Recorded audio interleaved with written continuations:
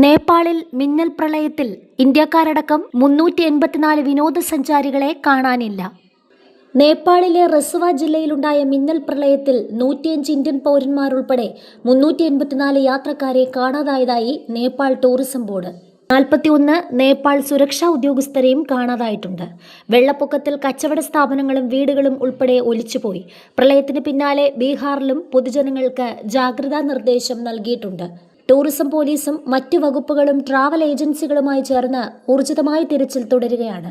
ദുരന്തത്തിൽ വൻ നാശനഷ്ടങ്ങളാണ് ഉണ്ടായത്. ഫോർട്ട് കൊച്ചി നദിയിലൂടെ രാവിലെ 9ഓടെയാണ് മിന്നൽ പ്രളയമുണ്ടായതെന്ന് അധികൃതർ വ്യക്തമാക്കി.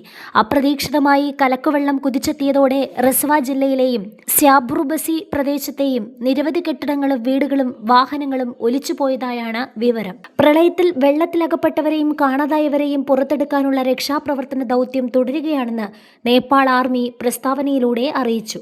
പ്രളയബാധിത പ്രദേശങ്ങളിലെ രക്ഷാപ്രവർത്തനങ്ങൾക്കായി നേപ്പാൾ ആർമി, പോലീസ് സേന തുടങ്ങിയവർ സജീവമായി രംഗത്തുണ്ടെന്നും അധികം വൈകാതെ ദൗത്യം പൂർത്തീകരിക്കുമെന്നും പ്രധാനമന്ത്രിയുടെ ഓഫീസ് അറിയിച്ചു.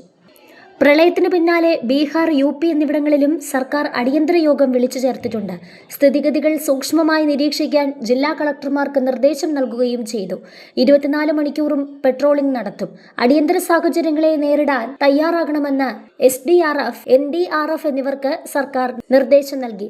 അതേസമയം ബീഹാറിലെ സ്ഥിതിഗതികൾ വിലയിരുത്തിക്കൊണ്ട് കേന്ദ്ര ആഭ്യന്തരമന്ത്രി അമിത് ഷാ ബീഹാർ മുഖ്യമന്ത്രി സമ്രാട്ട് ചൗധരിയുമായി സംസാരിച്ചു. 13 ജലവൈദ്യുത പദ്ധതികൾ തകരുകയും 19 പാലങ്ങളും 40 കിലോമീറ്റർ റോഡും ഒലിച്ചുപോയി. 200-ലധികം ട്രക്കുകളും ഒഴുക്കിൽപ്പെട്ടതായാണ് വിവരം. പ്രദേശത്തെ 3 മാസത്തേക്ക് ദുരന്തബാധിത പ്രദേശങ്ങളായി പ്രഖ്യാപിച്ചിട്ടുണ്ട്.